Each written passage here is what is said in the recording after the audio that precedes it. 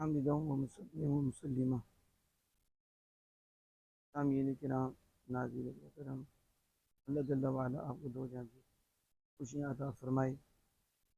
میرے آقا دو جہاں صلی اللہ علیہ وسلم نے اس امت کو جو اسباق دیے ہیں، جو تعلیم دی ہے، اگر ہم اس پہ عمل پیرا ہو جائیں تو ہماری زندگی سنور جاتی ہے، ہماری دنیا بھی بہتر ہو جاتی ہے، ہماری آخرت بھی بہتر ہو جاتی ہے۔ سید عالم صلی اللہ علیہ وسلم نے آخرت کو ترجیح دی ہے، اس لیے آپ نے بھوکے برداشت کی ہیں، گھروں میں کتنی کتنی دیر تک چولہا نہیں چڑھتا تھا، فاقے رہتے تھے، خود کی ہے، یہ نہیں کہ ادھر کوئی مسئلہ تھا، وہ جہاں کے مالک تھے، لیکن آخرت کو پسند کیا اور آخرت کو ترجیح دی۔ مال جمع نہیں کیا، اللہ کی راہ میں خرچ کیا، جمع کیا سارا کچھ حضور کے ہاتھ میں تھا، لیکن بانٹتے تھے۔ وہاں کیا جود و کرم ہے، چاہے بتا تیرا نہیں سنتا ہی نہیں، مانگنے والا تیرا، جو آیا دیتے رہے، آج تک دے رہے ہیں۔ اللہ کے بعد حضور اجود ہیں، فرمایا اللہ اجود ہے، سب سے زیادہ وہی عطا فرمانے والا ہے، اور اس کے بعد اس کی عطا سے ساری مخلوق میں اجود ہوں، سب سے زیادہ نوازنے والا ہوں، سب سے زیادہ عطا کرنے والا ہوں۔ لیکن خود بھوکے برداشت کرتے، خود ترجیح آخر کو دیتے، کہ کھجور کی چٹائی پہ لیٹ جاتے، سید عالم صلی اللہ علیہ وسلم زمین پہ بیٹھتے، کہ اس طرح حضور صلی اللہ علیہ وسلم اوڑھنا بچھونا تھا، سادگی تھی سید عالم صلی اللہ علیہ وسلم کی، وہ فکر آخرت، وہی آپ نے نور آل پاک کے دل میں ڈالا۔ تو آل پاک کا حال دیکھیں، سیدہ طیبہ طاہرہ رضی اللہ تعالیٰ اور سیدنا علی کرم اللہ کریم ایک چادر میں بھی پورے نہیں آ رہے، ایک چادر میں پورے نہیں آ رہے، اور شیر خدا کہتے ہیں مجھ پہ زکوٰۃ ہی واجب نہیں ہوئی۔ کیوں نہیں؟ کہا کیا سخی پہ بھی زکوٰۃ واجب ہوتی ہے؟ کیونکہ کبھی سخی پہ بھی زکوٰۃ واجب ہوتی ہے، ہمارے پاس آتا خدا کی راہ میں جاتا، اب جمع کرتے تو زکوٰۃ واجب ہوتی۔ یہ وہ آقا دو جہاں صلی اللہ علیہ وسلم کی نگاہ کا نور ہے، جس نے ان کے دل کو اتنا پاکیزہ کیا کہ ان کے مد نظر خدا ہی رہتا تھا، ان کے مد نظر آخرت ہی رہتی تھی، اور وہ آخرت کو ترجیح دیتے تھے۔ میرے آقا دو جہاں صلی اللہ علیہ وسلم نے ایک نسخہ دیا، اور ایک آپ نے ہمیں نصیحت کی، اگر اس پہ عمل کر لو تو تمہیں آخرت کی فکر مل جائے گی، اور تم آخرت کے لیے ہم تیار رہو گے۔ وہ کیا ہے؟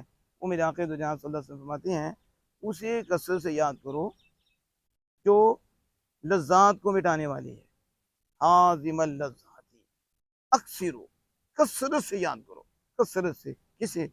جو لذات کو مٹانے والی ہے۔ وہ کیا ہے کہ جسے بندہ کثرت سے یاد کرے تو لذتیں مٹتی ہیں۔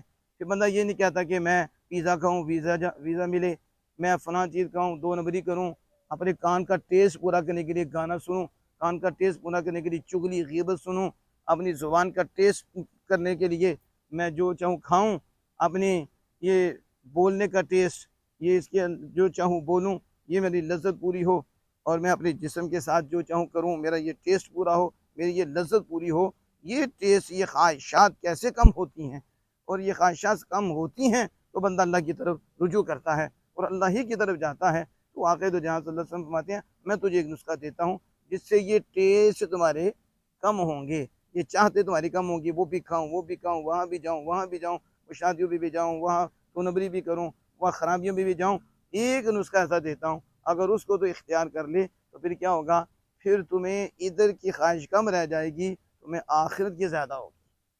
وَأَكْثِرُوا حَازِمَ اللَّذَّاتِ، وہ کیا ہے؟ کثرت سے خواہشات کو، لذات کو مٹانے والی کو یاد کرو۔ وہ کیا ہے؟ یعنی الموت، یعنی موت کو کثرت سے یاد کرو۔ تو جب بندہ موت کو یاد کرتا ہے تو پھر کہتے ہیں یار اس کے لیے کیا کرنا ہے، یہ دو نمبری کر کے کیا کرنا ہے، آخر مرنا ہے پھر برنا ہے، ماں کو دکھا کے کیا کرنا ہے، باپ کو تکلیف دے کے کیا کرنا ہے، یہ زمین غصب کر کے کیا کرنا ہے، یہ چغلی غیبتیں گالیاں پتہ نہیں زبان سے کیا کچھ کر کے کیا کرنا ہے، آخر مرنا ہے۔ یہ مرنے کا تصور اگر دل میں آ جائے تو بندہ تو پہلے مر جاتا ہے، اور جب مر جاتا ہے تو تر جاتا ہے، پھر عرش پہ چڑھ جاتا ہے، وہ خدا کا بندہ بن جاتا ہے۔ ہماری زبان پہ مرنا تو ہے، ہمارے اندر نہیں آتا۔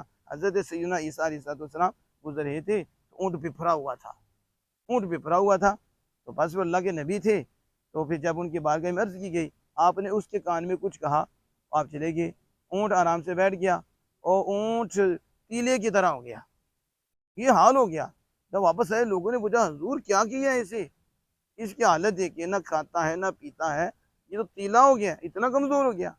کہا میں نے اسے کہا تھا وہ تو مرنا نہیں، اونٹ کے اندر مرنے کی سوچ پیدا ہو جائے تو لذات ختم ہو جاتی، خواہشات چلی جاتی ہیں۔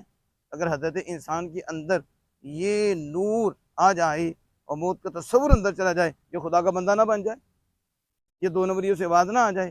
اس چیز کو صوفیہ نے سمجھا، انہوں نے سمجھا کہ موت آتی ہے لذات کو مٹانے کے لیے۔ دیکھو جب موت آتی ہے تو اب آپ کلفیاں کھاؤ گے، آئس کریم کھاؤ گے، پیزے کھاؤ گے، اب تو انا للہ و انا الیہ راجعون ہو گیا ہے۔ اب دو نمبریاں کرو گے، اب کسی کا دل دکھاؤ گے تو کھا سکتے ہو؟ اب یہ اپنے ٹیسٹ پورے کر سکتے ہو؟ نہیں، کیونکہ موت آ گئی۔ تو جب موت آئی تو کان کا ٹیسٹ لائے گی، موت آئی زبان کا ٹیسٹ لے گئی، موت آئی ہاتھ کا ٹیسٹ لے گئی، موت آئی تمہاری آنکھ بدن نگاہی کا ٹیسٹ لے گئی، جو دیکھ رہے تھے جو بھی کر رہے تھے، یہ جسم کا ٹیسٹ لے گئی۔ اس کا مطلب موت جب آتی ہے تو وہ لذات لے جاتی ہے۔ تو صوفیہ نے کہا جب اس نے آ کے لے کے جانا ہے، ہم اس کے آنے سے پہلے نہ دے جائیں، ہم مرنے سے پہلے نہ مر جائیں آمنہ کے لال کی اداؤں میں، ہم پہلے نہ رسول اللہ صلی اللہ علیہ وسلم کے طریقے پہ چل پڑیں، جس طرح وہ چاہتے اس طرح چلیں، اس کی نہ مانیں، اس خواہش کی نہ مانیں، تاکہ ہم جو موت نے کام کرنا ہے، مرنے سے پہلے مارنا ہے، ہم پہلے مر جائیں۔ تو جب ہم پہلے مر جائیں گے، موت نے کیا مارنا ہے، بس آ کے اس نے ہمیں یار کے ساتھ ملا دینا ہے۔ اس لیے صوفیہ نے کہا موتو قبل ان تموتو، اوے مرنے سے پہلے مر جاؤ، یعنی اللہ اس کے رسول کی اطاعت و فرما برداری میں آ جاؤ، پھر مرنے کے بعد بھی نہیں مرو گے، ایک وقت موت آئے گی، اس کے بعد ابدی زندگی نصیب ہوگی اور تم بقا کی زندگی گزارو گے۔ اللہ جل وعلا سے دعا ہے کہ اپنے محبوب کریم صلی اللہ علیہ وسلم کے صدقے سے ہمیں عمل کی توفیق عطا فرمائے۔